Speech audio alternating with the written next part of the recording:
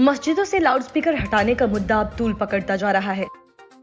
Loudspeaker के बहाने असली लड़ाई हिंदुत्व की है, जिस पर शिवसेना अपना पेटेंट मानती है। यही वजह है कि संजय राउत ने राज ठाकरे को बीजेपी का स्पीकर बता डाला। बयानबाजियों का सिलसिला तो एक तरफ चल ही रहा है, दूसरी तरफ राज ठाकरे को काबू करने के लिए उनके खिलाफ एफआईआर दर्ज कर लिया गया है। राज ठाकरे पर आरोप है कि राज ठाकरे ने अपनी सभा में तलवार लहराई।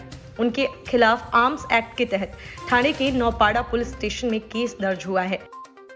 मुंबई से सटे ठाणे में राज ठाकरे ने उत्तर सभा की थी, जिसने उन्हें तलवार दिखाई थी। ठाणे के कमिश्नर जयजीत सिंह ने राज ठाकरे के खिलाफ केस दर्ज होने की पुष्टि की है। इससे पहले महाराष्ट्र गृह विभाग ने कहा कि राज ठाकरे के खिलाफ आर्म्स एक्ट के तहत केस दर्ज किया जाएगा।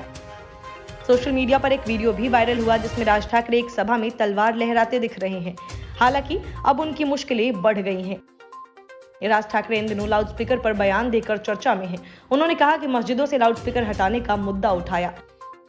उन्होंने महाराष्ट्र की उद्धव ठाकरे सरकार को अल्टीमेटम देकर डेडलाइन तय की कि राज ठाकरे ने कहा है कि अगर 3 मई तक सरकार मस्जिदों से लाउडस्पीकर नहीं हटाएगी तो इसका परिणाम भुगतना पड़ेगा। उनके इस बयान के बाद एनसीपी के प्रवक्ता महेश तापसे ने कहा कि राज ठाकरे का महाराष्ट्र की राजनीति में क्या योगदान है, यह महाराष्ट्र की जनता जानती है। उन्होंने एक बार फिर जहर घोलने की कोशिश की। एनसीपी नेता ने कहा कि शरद पवार पर उन्होंने जातिवाद करने की राजनीति का आरोप लगाया।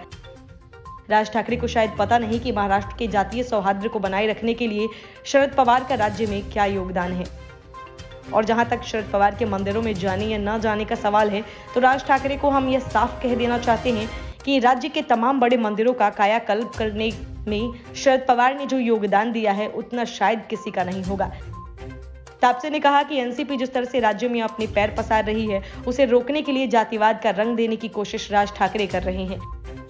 महेश तापसे ने कहा कि राज ठाकरे लिखी हुई स्क्रिप्ट को पढ़ने का काम करते हैं।